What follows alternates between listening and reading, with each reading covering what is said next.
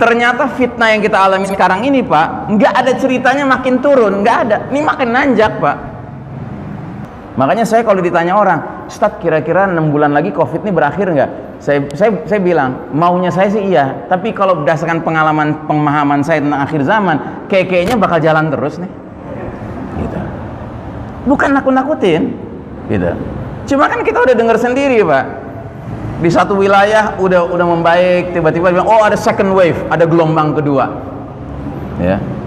Termasuk si Tedros, tahu Tedros? Dia bilang apa? Masyarakat dunia siap-siap akan ada jenis virus baru, ya kan? Innalillahi wa inna ilaihi raji'un. Terus aja begitu, Pak. Hidup dalam ketakutan jahat, gitu. Dan mereka ini suatu kaum yang punya ambisi, nanti saya jelaskan, belum sampai kita ke situ.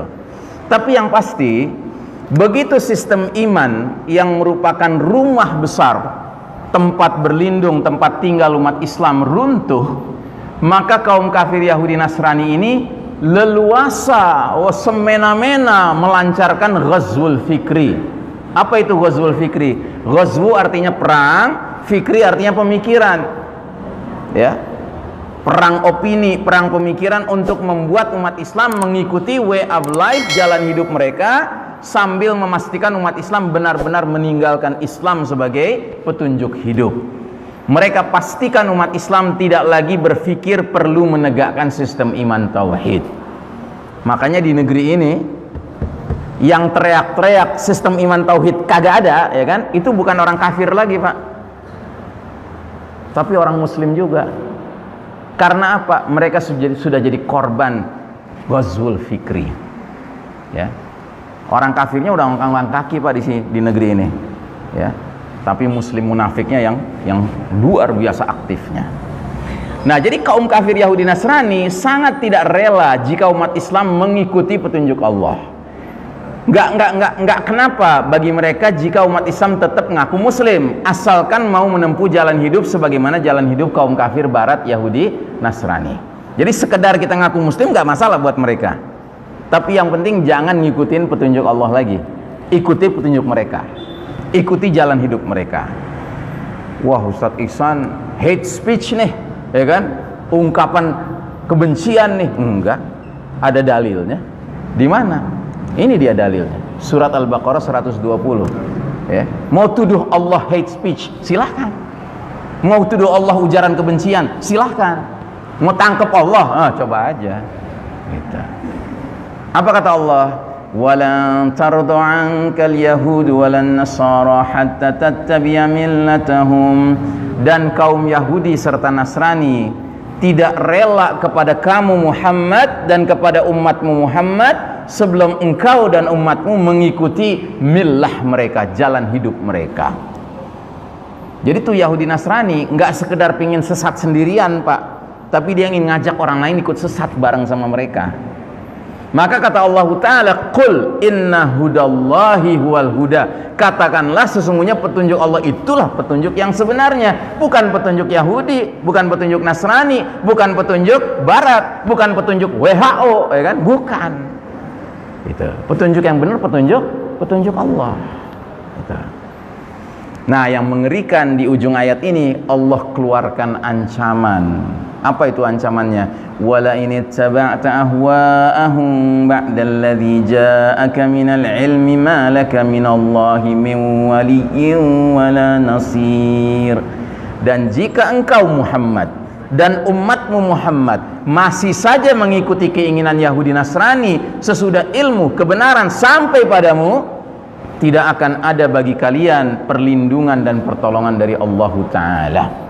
Sehingga pertanyaannya, masihkah kita perlu bertanya-tanya kenapa dunia Islam kayaknya hari ini nggak ditolong, nggak dilindungi sama Allah? Jawabannya ada di tangan kita sendiri. Seberapa jauh kita akhirnya mau berpegang teguh, wala, setia, loyal kepada petunjuk Allah saja, dan kita campakkan, kita berlepas diri dari jalan hidup kaum Yahudi Nasrani, itu kuncinya. Tapi kalau kita masih percaya aja dengan politiknya pakai politik mereka, hukumnya pakai hukum mereka, ekonominya pakai ekonomi ribawi, ya kan? Ya jangan heran kalau Allah nggak kunjung lindungi, nggak kunjung tolong.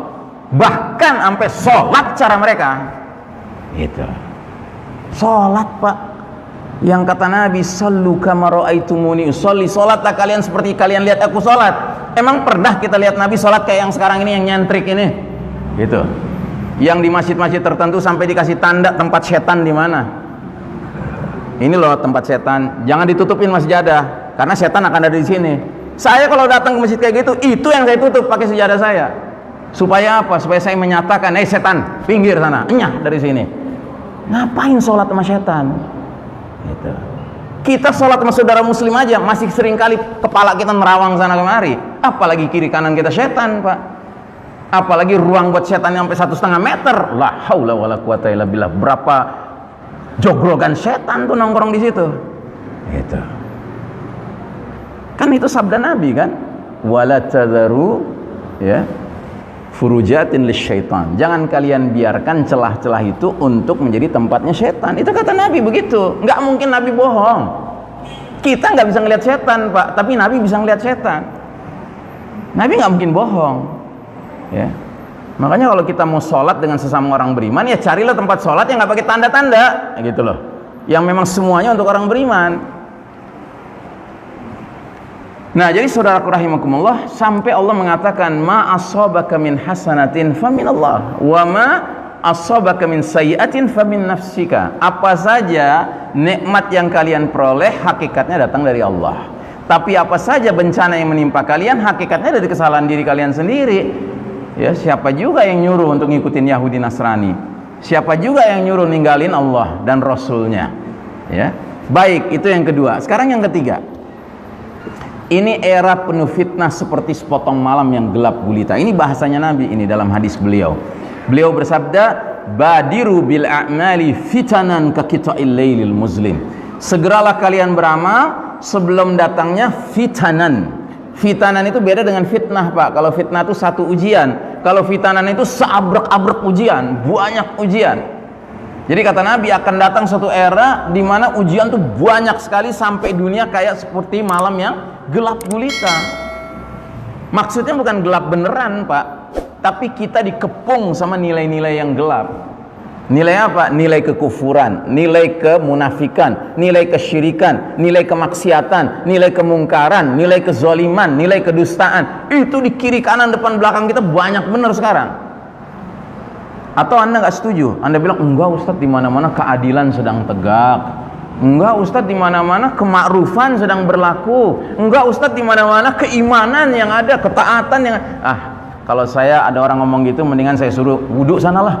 Lu baru bangun kali masih belekan loh. Gitu. Udah jelas kita ini dikepung, Pak, sekarang dengan nilai-nilai keburukan. Gitu. Makanya Nabi menggambarkannya seperti malam yang gelap gulita. Dan yang lebih mengerikan, ternyata fitnah yang kita alami sekarang ini, Pak, nggak ada ceritanya makin turun, nggak ada. Ini makin nanjak, Pak.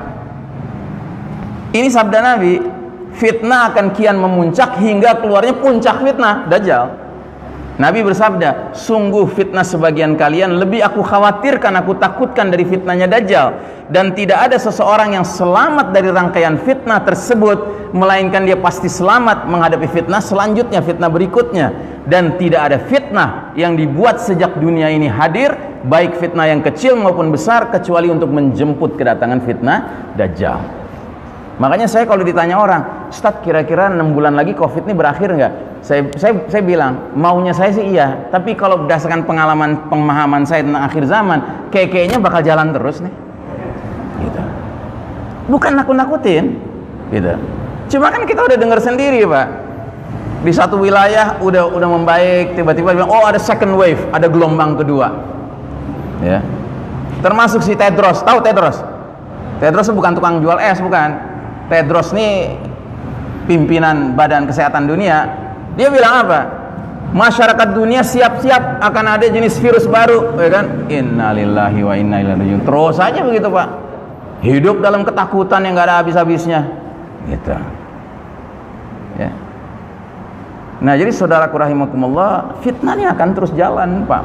Makanya nggak ada cerita kita masih boleh main-main sekarang, Pak. Mari kita beriman, bertakwa yang sebenar-benarnya, supaya furqan ada dalam diri kita. Karena kalau furqan nggak ada, Pak, mereka bilang ini baik, kita ikutin, padahal buruk.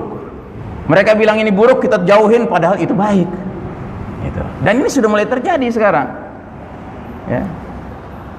Berapa banyak umat Islam yang resek ngeliatin saudara-saudaranya yang katanya COVID meninggalnya, terus dibungkus kayak lemper, masukin dalam kotak.